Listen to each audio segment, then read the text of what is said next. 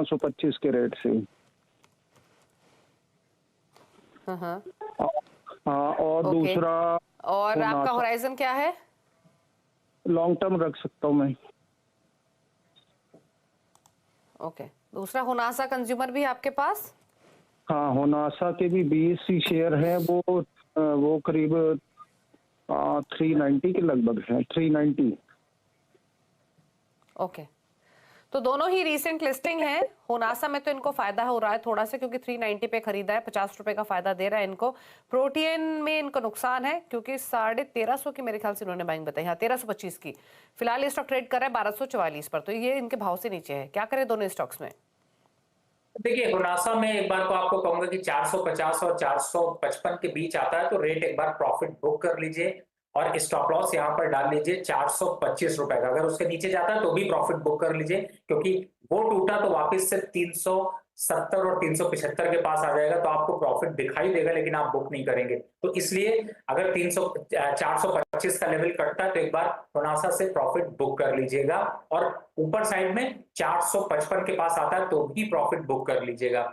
दूसरा स्टॉक की बात करें, देखिए इसमें नुकसान जरूर आ रहा है, लेकिन अभी यहां पर थोड़ा सा मोमेंटम एक बार को गिरा है, और अभी ये स्टॉक अगर डाउन साइड देखते हैं तो मुझे लगता है 1150 रुपए तक जा सकता है। तो अगर आप 1150 तक आप होल्ड कर सकते हैं, कंफर्टेबल है, और उन लेवल्स पे आएंगे तो वापस से एक बाइंग मोमेंटम दिखाई देगा। तो अगर आपको रिस्क रिवॉर्ड रेशियो लगता है तो आप 1150 पे के लिए आप यहां पर अभी वेट कर सकते हैं। उन लेवल से वापस से रिवर्सल होगा तब 1350 से 1400 की तरफ जाएगा, लेकिन फिलहाल अभी थोड़ा सा यहां से करेक्शन है। तो अगर शॉर्टर पीरियड में आप निकलना चाहते हैं तो निकल सकते हैं, और 1150 के आसपास आता है तो दोबारा एंट्री कर सकते हैं विद स्टॉप लॉस ऑफ 1100। फिलहाल अभी के हिसाब से थोड़ा सा प्रॉफिट बुकिंग और बढ़ेगी।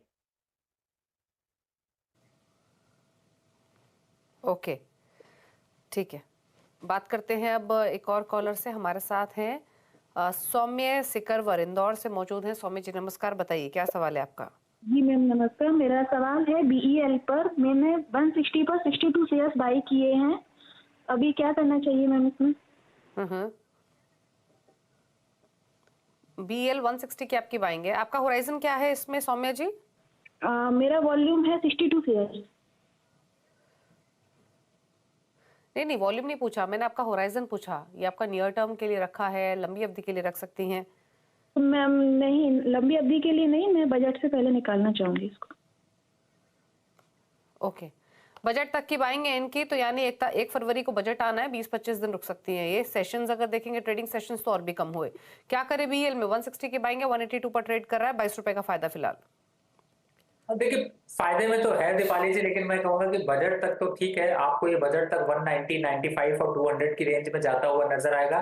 लेकिन ये स्टॉक ठीक है, आपकी मर्जी है, आप इसको जल्दी बुक करना चाहते हैं, लेकिन मुझे लगता है कि अगर आप इस पे लॉन्ग टर्म होराइजन भी रखते हैं, यानी कि अगर आप साल भर का निवेश भी सोचते हैं, तो आपको बहुत अच्छे रिटर्न ये स्टॉक यहाँ से दे सकता है। तो मुझे लगता है आप अपनी पोजीशन को होल्ड रखें। स्टॉप लॉस यहाँ पर डालना है तो 170 का क्लोजिंग स्टॉप लॉस डाल लीजिए। वैसे 170 के आसपास आके वापस से बाइंग मोमेंटम दिखाई देगा, तो मुझे लगता है। और अगर आप बजट के टाइम पे निकलना चाहेंगे तो मुझे लगता है कि आपको 200 के आसपास के लेवल यहाँ पर मिलते हुए नजर आएंगे, तब आप प्रॉफिट बुक कर सकते हैं। ओके, चलिए, तो ये रह रही है आपके लिए BEL पर 182 पर बंद हुआ आज के सेशन में। रुक रहे इसी साथ एक ब्रेक के लिए। ब्रेक के बाद सोशल मीडिया से करेंगे क्वेश्चंस को पिक। चल वापस आते हैं। रवि सिंह बने हुए हैं, फटाफट से लेते हैं सवालों को सोशल मीडिया प्लेटफॉर्म से। क्वेश्चंस पहले पिक कर लेते हैं ट्विटर से। एक सवाल हमें भेज रहे हैं मनिल। मनिल का सवाल है, मनिल का सवाल लेंगे, लेकिन उससे पहले कॉलर भी हमारे साथ कनेक्टेड है, पहले उनसे बातचीत कर लेते हैं क्योंकि वो लाइन पर बने हुए हैं ऑलरेडी। अक्षय है गाजियाबाद से। अक्षय बताइए क्या सवाल है आपका? बैंक के 2200 शेयर है, 233 रुपए में लिया हुआ है कुछ महीने पहले, और ओवरऑल होराइजन है वो 1 से 2 साल का, तो इसको रखे कि निकालें? बंधन बैंक 233 के बाएंगे, 1 से 2 साल का नजरिया, बताइए क्या सजेशन इनके लिए? देखिए, इस समय 253 रुपए 54 रुपए के पास ये स्टॉक चल रहा है, और मुझे ऐसा लगता है कि यहाँ पर अभी अच्छा खासा एक revert head and shoulder pattern बना है डेली चार्ट पे। तो अब ये स्टॉक वापस से निकलकर 280 से 320 की सीरीज में जाता हुआ नजर आएगा। तो मुझे लगता है आपको अपनी पोजीशन बिल्कुल यहाँ पर होल्ड करके रखनी चाहिए। सही जगह पे बाय किया है। स्टॉप लॉस 240 का लगाते हैं और टारगेट रखते हैं 320 रुपए का। तो मुझे लगता है कि आप थोड़ा सा लॉन्ग टर्म व्यू रख रहे हैं तो एक अच्छा मुनाफा यहाँ पर मिल सकता है। अर्चना भी है एक कॉलर, धर मध्य प्रदेश से। अर्चना नमस्कार, बताइए सवाल। जी, मैं अर्चना के हस्बैंड बोल रहा हूँ। अकाउंट जरूर उनके नाम पे है पर मैं ही चलाता हूँ। मैं मतलब एक ही क्वेश्चन कर सकता हूँ? मेरे दो क्वेश्चन थे बेसिकली। जी, मैंने टीसीएस दो पूछ लीजिए सर, कोई प्रॉब्लम नहीं है। जी हाँ, ओके। मैंने टीसीएस के 200 शेयर 2682 की औसत पे मार्च 2018 में खरीदे थे। उसके बाद बोनस मिल गया था तो 200 के 400 हो गए, 1341 की औसत हो गई। तो अभी फिलहाल जिस हिसाब से टीसीएस चल रहा है तो मैं इसको होल्ड करूं या निकाल दूं? वैसे टाइम का कोई इशू नहीं है। मिनिमम 5-6 साल और मैक्सिमम 10 से 12 साल भी मैं रुक सकता हूं। और दूसरा है पॉलीप्लेक्स के मेरे पास 256 शेयर 1550 के भाव के हैं। ये दोनों पे मुझे थोड़ी सी सलाह चाहिए थी जी। ओके, तो पूछ लेते हैं क्या आपका राय क्या रहेगी? पॉलीप्लेक्स में एक बार अपना बाइंग प्राइस और बता दीजिए प्लीज। पॉलीप्लेक्स में 1550 है, 1550। 1550, ठीक है। तो पहले तो टीसीएस की बात कर लेते हैं। काफी शानदार बाइंग, इनफैक्ट मतलब मैं भी कैलकुलेट कर रही थी, 5.25 लाख के आसपास इन्होंने लगाए, बल्कि इससे भी कम लगाए। लेकिन बोनस के बाद जो फिलहाल इनका अगर उस एस्पेक्ट को भी छोड़ दें तो, और 10 लाख का इनको फायदा ऊपर से हो रहा है, तो काफी अच्छी इन्वेस्टमेंट इनकी रही। अब अगेन जैसे इन्होंने कहा कि टाइम होराइजन का कोई इशू नहीं है, रखें या इस प्रॉफिट को बुक कर लें। दूसरा पॉलीप्लेक्स इन्होंने बताया 1550 की बाइंग है। बताइए दोनों में ही लॉन्ग टर्म के हिसाब से क्या सजेशन रहेगा रवि?